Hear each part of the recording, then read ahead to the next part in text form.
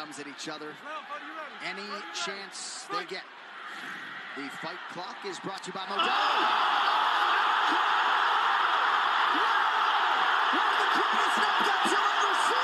It's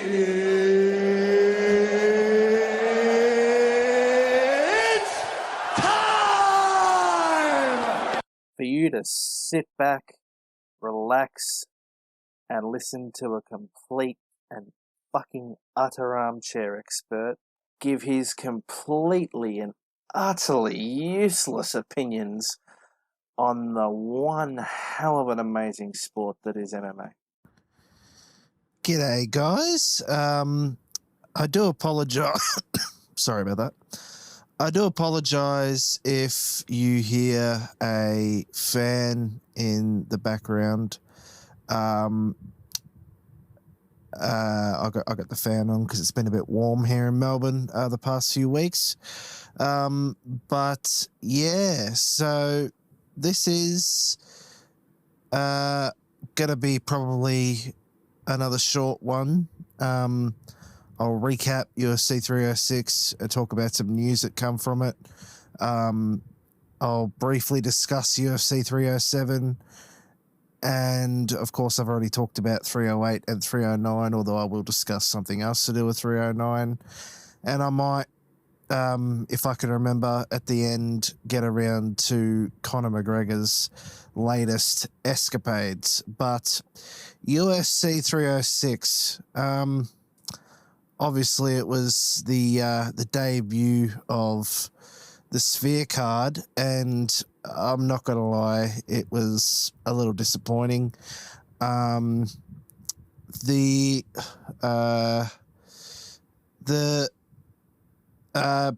Ortega and Diego Lopes was all right, as was the women's fight for what it was. Valentina, obviously, Diego Lopes got a UD win at basically, went the distance, and he beat him up pretty badly. I think it's, probably time for Brian. I was rooting for him, of course, but I sort of, I don't know, I had a sneaking feeling in the back of my head that Diego would probably win. And, of course, Valentina went the distance with Alexa Grasso and retained her women's flyweight title. But Suga Sean lost decisively to Merab. Went the distance. He was basically beaten from the first round. It did not go well at all for Sean. I'm sure he had probably the Nelk boys and whatnot there, and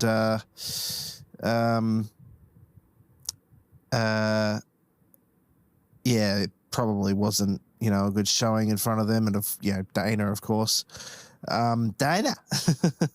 But I'll say one thing. It was one hell of an atmosphere. Part of the pun. Definitely had great graphics and production behind it, you could tell. But it was not a good result at all, really, in the end, and it was pretty underwhelming as a card. I will say one thing, though. We finally got the announcement that we had all been sort of waiting for, unless, of course, you're a Tom Aspinall fan. Jon Jones was present. The current heavyweight champion, Jon Jones, was present at UFC 306, and it was announced by Dana White at the card, I believe, that what I expected is true. We are indeed getting, finally, a year in the making, Jones versus Miocic at UFC 309 at the world's most famous arena, Madison Square Garden in New York City, for the heavyweight championship of the world.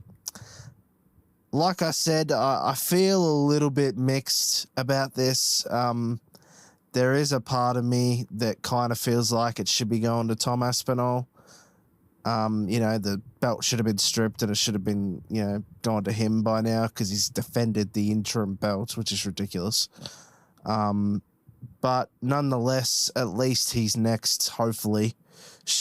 Let's hope to God the fight happens and nothing, and, they don't, it doesn't get scrapped like last time. If the fight does get scrapped, Jon's got to be stripped at this point. Like, we're not waiting a year again. We're not holding the heavyweight division back for another year. Like, Jon has got to be stripped if that happens, unfortunately.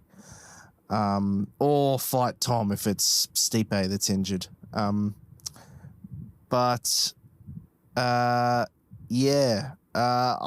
am keen for it nonetheless. It's a legacy fight and I will watch nonetheless, but there is a small part of me that kind of wishes it was Tom. But anyway, that was UFC 306. Kind of didn't live up to the hype, but anyway, it is what it is. On to the next card, which I'm about to talk about. All that and more when I come back. UFC 307, Pereira versus Rountree Jr.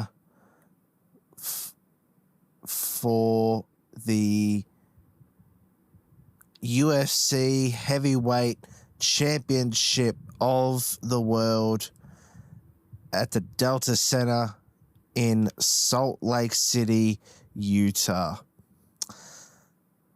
I'll be honest, this is probably another underwhelming card.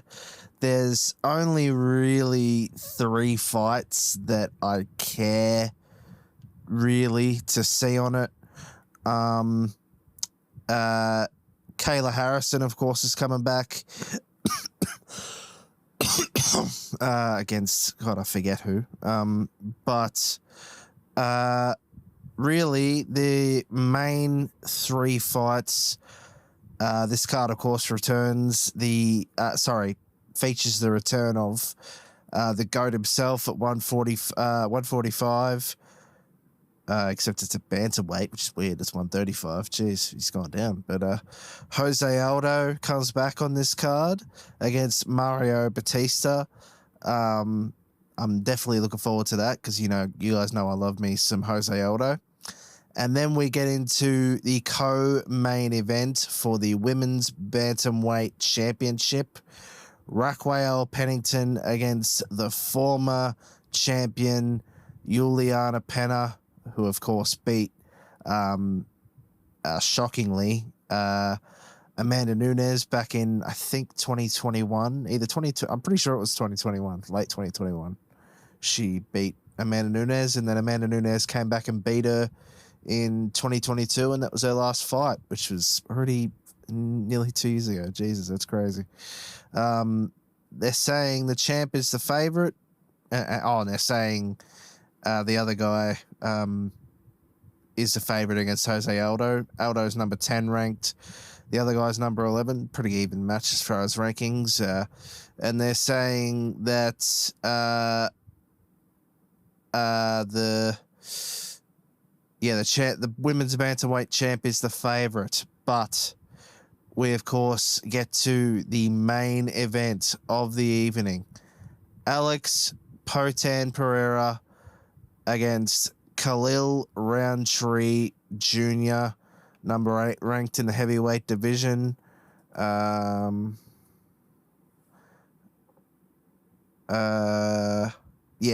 they're saying Poatan's the favorite. No surprise there, given his last couple of finishes. He's literally defended his belt, I think, 3 times now in 2024. That is just astounding, honestly. And he, he's now saved 2 big cards. Like, he's absolutely a GOAT. Probably going to be, not probably, he will be a Hall of Famer once his career's done. Like, 2-weight world champion, basically decisively won in every one of his fights. Yeah. He could probably fight at heavyweight if he wanted to. Like, he could probably go up to heavyweight and fight there. And he probably would do some damage up there. Of course, a lot of people have been saying put him against Jones, but I don't think that'll happen. The fair money is that this is going to be Jones's last fight that's coming up, so which is part of the reason why I'm probably going to watch it. But yeah,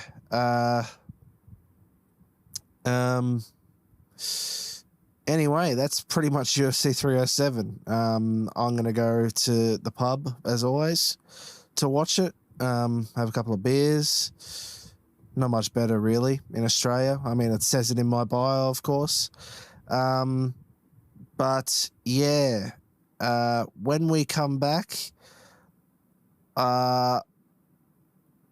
obviously I just discussed Jones fighting, so when we come back, I'll probably discuss the escapades of Conor McGregor, the most recent escapades of Conor McGregor, and what I think about all that.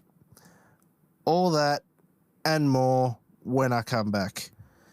I completely forgot to mention, actually, speaking of Conor, it was announced pretty much right after I did the last podcast, so I didn't get a chance to put it in there, but it was announced by the UFC that in a very big shock and turn of events, the co-main event for UFC 309 is going to be Chandler versus Oliveira too. So Michael Chandler has said, fuck you, Conor McGregor. I've waited too long. I'm fucking going to go fight Charles Oliveira again and try and get back up to champ status to fight Islam Makhachev, which, you know what, fair enough at this point, honestly. Like, I don't know what the fuck's going on with Conor. Like I said, I'd talk about his most recent escapades. He was on a live stream. Someone, I forget who, but he was on a live stream and he was clearly drunk and he was talking all sorts of shit about all kinds of fighters, including Chandler. But the one that stuck out to me is when he talked about and acknowledged, really, Ilia Topuria, the current 145-pound champion, featherweight champion. And he goes, I think someone asked him a question and he goes, he actually got his name wrong. He goes, what do you think would happen if you fought Ilia Topuria, or whatever he said? And he goes, I'd grab him by the scruff of the chest and slap him across the head. Little ding-dong of a ting he is, eh? Fucking, and he starts going off on fucking Ilia Topuria. Like, oh man, it was fucking funny. I don't know if I shared it on the MMA Quick Chat pages, but I'm pretty sure I did share it on my own. Yeah, it was fucking hilarious, honestly. But yeah, what do I think about it? I mean, it's just Conor at this point. We probably should come to expect it. Do I think he's gonna fight next year, as Dana said? Look, for Chandler's sake, I do, as I've always said, for Chandler's sake, I do hope so. And I hope Chandler still gets that fight because he, waited so long for it. But who honestly knows, really? And I do think that even if he does fight, these are probably his last two fights. So we're probably seeing the end of Conor McGregor. And it's kind of sad being a fan of his, but oh, well. Anyway, guys, that'll be it from me. Definitely keen for the upcoming UFC 308 and 309. 308, of course, has Bobby Knuckles versus Chimaev and Topuria versus Holloway on it. Very gassed for that. 309, Chandler, Oliveira 2, and Jones Miocic. Very keen for both. But in the meantime, I hope you enjoy this card from wherever you're watching it. Until next time, as always, catches.